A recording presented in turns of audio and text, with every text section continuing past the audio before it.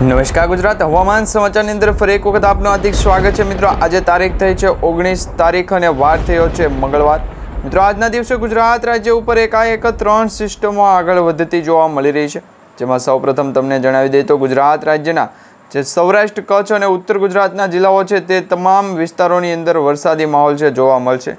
ગઈકાલે આપણે મિત્રો દક્ષિણ ગુજરાત અને સૌરાષ્ટ્રના જે દરિયાકાંઠાના વિસ્તારો છે ત્યાં એક લો પ્રેશર સિસ્ટમ સક્રિય થઈ હતી, તેની આગાહી જોઈ હતી, પરંતુ હવે બંગાળની ખાડીની અંદર તો એક વાવાઝોડું સક્રિય થઈ રહ્યું છે।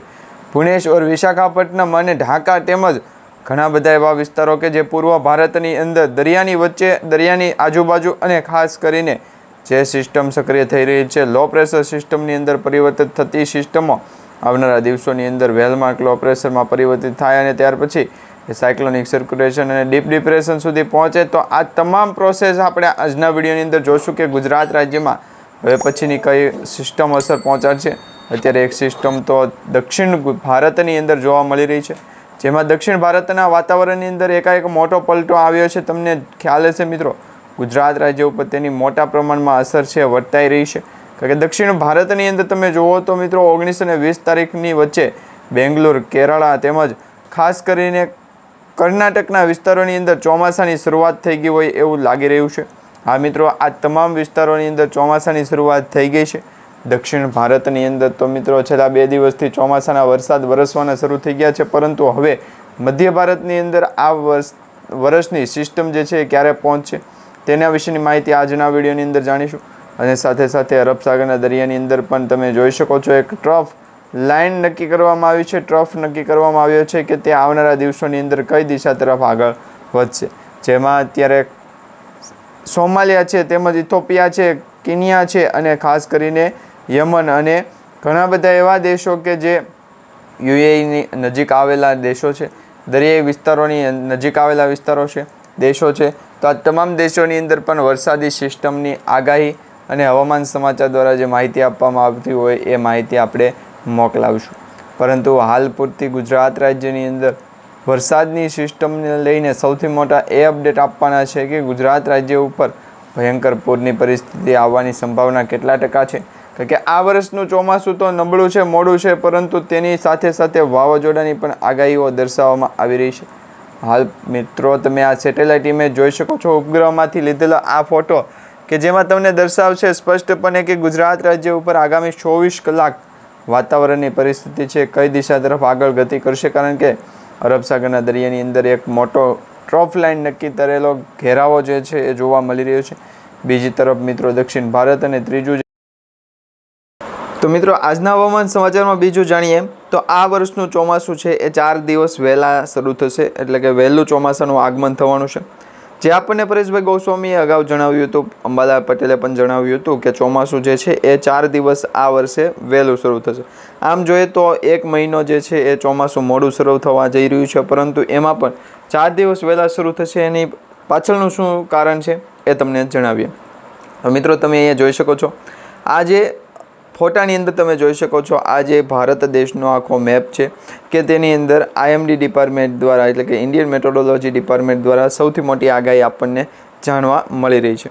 અને આ આગાહીના ભાગરૂપે બીજો એક મેપ જોઈ લો, એડવાન્સમાં જે છે એ આખા વર્ષનું જે ચોમાસું શરૂ થતું હોય છે ત્યાંથી લઈ અને ચોમાસું પૂર્ણ થાય ત્યાં સુધીનું જે વરસાદી સિસ્ટમની આગાહી દર્શાવવામાં આવે કે આ દિવસે ચોમાસું બેસશે, ચોમાસું શરૂ થશે, એનો મેપ દર્શાવવામાં આવ્યો છે। એના વિશે વિગતવાર આપણે વિસ્તૃતમાં માહિતી છે આજના વિડીયોની અંદર જાણવાની છે, ખાસ કરીને તમે વિડીયોને છેલ્લે સુધી જોતા રહેજો। સૌપ્રથમ તમને જણાવું તો મિત્રો હવામાન વિભાગે ચોમાસાની સ્થિતિ અંગે એક અપડેટ આપી અને જણાવ્યું કે ચોમાસું ધીમે ધીમે આગળ વધી રહ્યું છે, તેના કારણે આગળ વધવામાં એકદમ અનુકૂળ પરિસ્થિતિ એ બની કે આ વર્ષનું ચોમાસું છે નિર્ધારિત સમય કરતાં લગભગ 4 દિવસ વહેલું, એટલે કે 26ની આસપાસ છે કેરળમાં બેસવાની સંભાવના। પરંતુ હાલ મિત્રો આજે જે છે એ 19 તારીખ થઈ છે, તો 19 તારીખનો તમે વરસાદ જુઓ, કેરળની અંદર કર્ણાટક છે, તમિલનાડુ છે, પોંડુચેરી છે તેમજ વિશાખાપટ્ટનમ, ભુવનેશ્વર છે, દરેક રાજ્યની અંદર વરસાદ સારામાં સારો પડ્યો છે। એવું નથી કે મિત્રો વરસાદની આગાહી કરવામાં આવી અને વરસાદ નથી પડી રહ્યો, મિત્રો આ દરેક ભાગની અંદર વરસાદ તો ખાબકી રહ્યો છે, પરંતુ હવે આવનારા દિવસોની અંદર વરસાદી સિસ્ટમની આગાહી જે છે એના ભાગરૂપે આપણે માહિતી મેળવી કે કેવું વાતાવરણ રહેશે। સૌપ્રથમ આપણે ગુજરાત રાજ્યનું વાતાવરણ જોઈએ તો એમાં મિત્રો આ એક મેપ દર્શાવવામાં આવી રહ્યો છે આપણને કે આ મેપની અંદર એવું પણ કહેવામાં આવી રહ્યું છે આ અરબ સાગરનો ભાગ છે એટલે કે અરબી સમુદ્ર, આ જે છે બંગાળની ખાડી એટલે કે બંગાળના બે ઓફ બંગાળ. હવે મિત્રો અહીંયા અંદમાન અને નિકોબારના ટાપુ આવેલા છે. આ ટાપુ જે છે અંદમાન નિકોબારના ટાપુ છે અને આ ટાપુમાં ચોમાસાની દર વર્ષે શરૂઆત થતી હોય છે. આ ચોમાસાના શરૂઆતની અંદર ટાપુની અંદર ફરવાલાયક સ્થળ વધારે છે. એની પ્લેસ ઓફ ગુજરાત રાજ્ય, જેને કારણે વરસાદી સિસ્ટમની આગાહી માહિતી મળી રહી. હવે મિત્રો આ જે બંગાળની ખાડી છે એમાં વધારે પડતી આગાહી એ પ્રમાણની છે કે જો વરસાદી સિસ્ટમ આગળ વધે તો એમાં આજે પૂર્વ ભારત અને મધ્ય ભારતને જોડતા જે રાજ્યો છે તમામ રાજ્યોને અસર પડે. કઈ રીતે એ તમને જણાવું. જેમાં વિશાખાપટ્ટનમ છે, વિજયવાડા છે, કુર્નૂલ છે, તેમજ કર્ણાટક છે, કોલકાતા છે, તેમજ અંસોલ છે અને રાંચી છે. આ તમામ ભાગની અંદર ચોમાસાના વરસાદની શરૂઆત થઈ ગઈ. દક્ષિણ ભારતની અંદર પણ ચોમાસાની શરૂઆત થઈ ગઈ, પરંતુ હાલ મુંબઈ, મહારાષ્ટ્ર, કોંકણ અને સલાયા આટલા વિસ્તારોની અંદર વાતાવરણ ભેગો નથી થયો, કારણ કે એનું સ્ટોન અને રોટ ઓછું જ છે, જેના કારણે વરસાદી સિસ્ટમ છે મને આપણી જો કોન્ટેક્ટ થાય તો વરસાદી સિસ્ટમની માહિતી મેળવવામાં આવે. પરંતુ જો વરસાદી સિસ્ટમની આગાહીના ભાગરૂપે ગુજરાતમાં કોઈ પણ પ્રકારનું માહિતી લેનાર વર્ષગાળાની જે આગાહી હોય છે એ મેળવનાર કોઈ ન હોય તો વાતાવરણ સાવ જાય.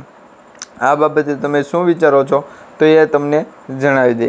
આજને આજ મિત્રો કોન્ટેક્ટ થાય તો વરસાદી સિસ્ટમની નથી એટલે કે આજને આજ પણ કરાવી શકું, પરંતુ હાલ ગુજરાત રાજ્યની અંદર બીજા અન્ય રાજ્યોની પણ મુલાકાત કરવાની છે, પરંતુ એ કોઈને કહેવાનું નથી.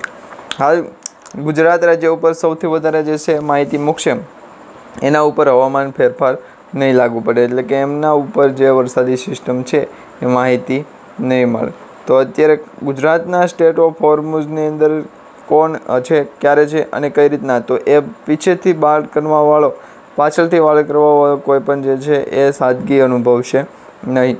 જેમાં મિત્રો 102 રન કરવામાં હતા, 100 રન તો એકલા કાર્સ્ટન દ્વારા કરવામાં આવ્યા. વેસ્ટર્ન ડિસ્ટર્બન્સની આગાહી માહિતી આપે કે ગુજરાતનું હવામાન સમાચાર 2 થી 3 કલાક માટે મોડું હોય છે, પરંતુ 2 થી 3 કલાકમાં ગુજરાતના બીજા અન્ય વિસ્તારોની અંદર વાતાવરણ એકાએક પલટાય તો એના કારણે વરસાદી સિસ્ટમનો હોર્મોઝ છે એ તૈયાર કરે છે, રોડમેપ જે છે એ તૈયાર કરે છે. હવે મિત્રો અત્યારે ગુજરાત રાજ્યની અંદર બીજી અન્ય માહિતીઓ છે, વરસાદી સિસ્ટમ વધારે પડતી છે, તો એ બંને માહિતી આપણે મેળવશું પછી પાછા. ત્યાં સુધી ગુજરાત રાજ્યની અંદર દરેક પોસ્ટ છે એ આપણે અપલોડ કરતી રહેવી પડે, કારણ કે વરસાદી સિસ્ટમ અત્યારે સક્રિય થશે અને ગુજરાત રાજ્યની અંદર 1-2 દિવસની અંદર અથવા તો એકાદ અઠવાડિયાની અંદર વરસાદ પડે ને તને બતાવો તો જ વાતાવરણની અંદર પલટો લેવાનો. દરિયાકાંઠાનું લોકેશન જાવું. ગુજરાતના દરિયાકાંઠાના લોકો સૌથી પ્રથમ માહિતી અરબ લોકો જાણવું તો વ્યવસ્થિત લાવીને ગુજરાતના દરિયાકાંઠાનું લોકેશન એ માહિતી અને હવામાન સમાચાર જ આપેલા હતા. પછી ભરણ આવકારનાથીઓ અને હવામાન સમાચારને જ મુખ્યત્વે આગળ છૂટાકની અંદર હવામાન સમાચાર જે છે એ આગલી બોર્ડરમાં તો આમાં સમજે છે વેસ્ટર્ન ડિસ્ટર્બન્સ સાંજી છે અહીંયા દવાના છે ગુજરાતના ગૂગલ પર સર્ચ કરીને ચેક કરવું હોય તો ચેક કરી લે કે જેથી કરીને વેસ્ટર્ન ડિસ્ટર્બન્સની અસર જ માહિતી અલગ છે. તો હવામાન સમાચારની અંદર ગુજરાતના દરિયાકાંઠાનું લોકેશન જણાવો અને હવામાન સમાચાર ત્યાંથી મુખ્યત્વે અલગ લોકેશન છે તમારી પાસે તો હવામાન સમાચાર દ્વારા બનાવવામાં આવી છે. વેસ્ટર્ન ડિસ્ટર્બન્સની અંદર કેમ્પ આ કોલેજ જ છે બનાવવામાં આવી છે. હવામાન સમાચાર જાઓ તો વેસ્ટર્ન ડિસ્ટર્બન્સ લેતા હો, કેમ કોઈને એને વરસાદી સિસ્ટમની પડી તો ગુજરાતના દરિયાકાંઠાના લોકેશનને જો વેસ્ટર્ન ડિસ્ટર્બન્સની અસર જણાવો તો વેસ્ટર્ન ડિસ્ટર્બન્સની અંદર ગુજરાતના દરિયાકાંઠો લોકેશન માહિતી અલગ લોકેશન અલગ વેસ્ટર્ન ડિસ્ટર્બન્સ અલગ ધ્યાન દેવું.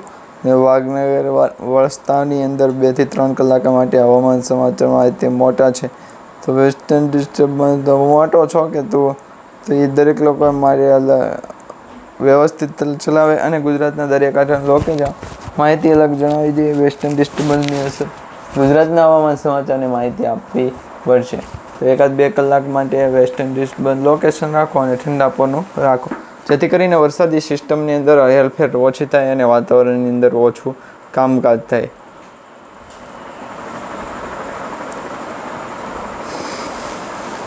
જો મિત્રો ગુજરાતના હવામાન સમાચારની અંદર જ્યારે ફેરફાર કરવામાં આવ્યો હતો ત્યારે વેસ્ટર્ન ડિસ્ટર્બન્સ અસર જણાવવા દેવો હતો તો લોકેશન પ્રકારના ગુજરાતના દરેક કાંઠાનું લોકેશન જણાવી દો. વેસ્ટર્ન ડિસ્ટર્બ અસરમાં અસર ગુજરાત કાંઠાની લોકેશન જણાવો.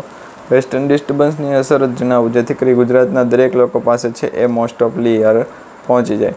હવે મિત્રો આ દક્ષિણ ભારત થઈ ગયો, દક્ષિણ ગુજરાત થઈ ગયો, પરંતુ વાતાવરણની અંદર એકાએક મોટો પલટો આવે તો એ માહિતી આપણે પૂરી શકીએ. બાકી તો ગુજરાતના દરેક લોકો પાસે વેસ્ટર્ન ડિસ્ટર્બન્સની અસર શા માટે હોય? વેસ્ટર્ન ડિસ્ટર્બન્સની અસર ગુજરાતના દરિયાકાંઠાનું લોકેશન માહિતી અલગ ન હોય.